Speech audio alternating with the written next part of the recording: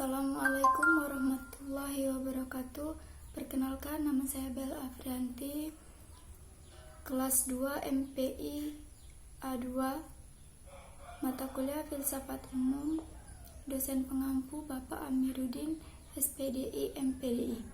Baiklah, di sini saya akan menjelaskan tentang sejarah filsafat abad kontemporer, aliran eksistensialisme dan pragmatisme. Yang pertama, abad kontemporer. Filsafat kontemporer adalah periode dalam sejarah filsafat barat yang dimulai pada akhir abad ke-19, ditandai dengan suatu proses profesionalis disiplin keilmuan filsafat, dan munculnya filsafat analitik dan filsafat kontinental beserta perdebatan di antara kedua kubu filsafat ini. Istilah filsafat kontemporer adalah bagian dari terminologi teknis dalam filsafat yang mengacu pada periode tertentu dalam sejarah filsafat barat. Filsafat barat kontemporer memiliki sifat yang sangat heterogen. Hal ini disebabkan karena profesionalisme yang semakin besar. Sebagian besar filsuf adalah spesialis di bidang khusus, seperti matematika, fisika, sosiologi, dan ekonomi. Aliran-aliran terpenting yang berkembang dan berpengaruh pada abad 20 adalah pragmatisme, vitalisme, fenomenologi, eksistensialisme, filsafat analitis, strukturalisme, postmodernisme, dan semiotika. Yang kedua yaitu aliran eksistensialisme. Eksistensialisme merupakan suatu aliran filsafat yang lahir karena latar belakang ketidakpuasan beberapa filsuf yang memandang bahwa filsafat pada masa Yunani ketika itu seperti protes terhadap rasionalisme Yunani, khususnya pandangan tentang spekulatif tentang manusia.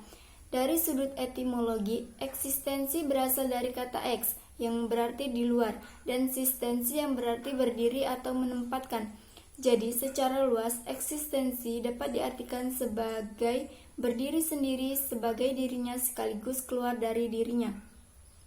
Eksistensialisme adalah tradisi pemikiran filsafat yang terutama diasosiasikan dengan beberapa filsuf Eropa pada abad ke-19 dan ke-20 yang sepaham.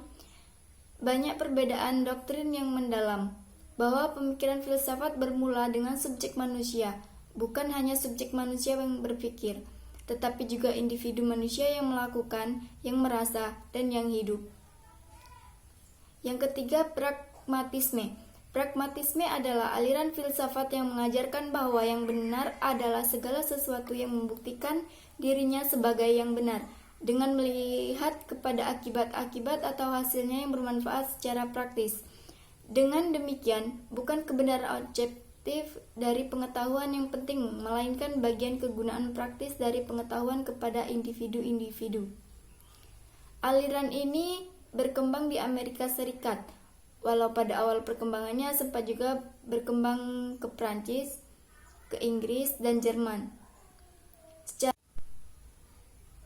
Secara etimologis, kata pragmatisme berasal dari bahasa Yunani pragmatikos yang berarti cakap dan berpengalaman dalam urusan hukum, dagang, dan perkara negara. Istilah pragmatisme disampaikan pertama kali oleh Charles Peirce pada bulan Januari 1878 dalam artikelnya yang berjudul How to Make Our Ideas Clear. Baiklah, materi selanjutnya yaitu pertarungan aliran filsafat idealisme dan materialisme. Idealisme merupakan suatu aliran filsafat pendidikan yang berpaham bahwa pengetahuan kebenaran yang paling tinggi adalah ide dari diri sendiri, bukan dari orang lain. Jadi, dalam konteks pendidikan, Islam menceritakan pemikiran atau ide tertinggi.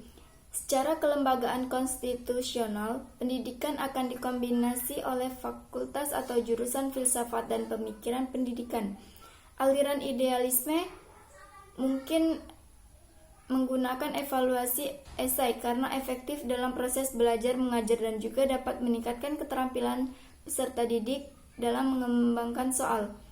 Jadi aliran idealisme merupakan suatu aliran yang mengedepankan akal pikiran manusia, sehingga sesuatu itu bisa terwujud atas dasar pemikiran manusia itu sendiri, bukan dari pemikiran makhluk lain. Dalam pendidikan, aliran idealisme merupakan aliran yang berkontribusi besar demi kemajuan pendidikan. Hal tersebut bisa kita lihat pada metode dan kurikulum yang digunakan oleh sekolah tersebut. Filsafat idealisme sangat penting dalam dunia mendidik karena meletakkan manusia atau peserta didik sebagai subjek memiliki pengetahuan yang tersimpan dalam dirinya, baik pengetahuan umum maupun agama. Pada taraf inilah, pendidikan harus mampu mengeluarkan seluruh potensi dalam diri anak didik, baik secara rasional dan nyata. Yang kedua yaitu materialisme. Materialisme merupakan paham filsafat yang meyakini bahwa esensi kenyataan, termasuk esensi manusia, bersifat material atau fisik. Ciri utama dari kenyataan fisik atau material adalah bahwa ia menempati ruang dan waktu, memiliki keluasan, dan bersifat objektif.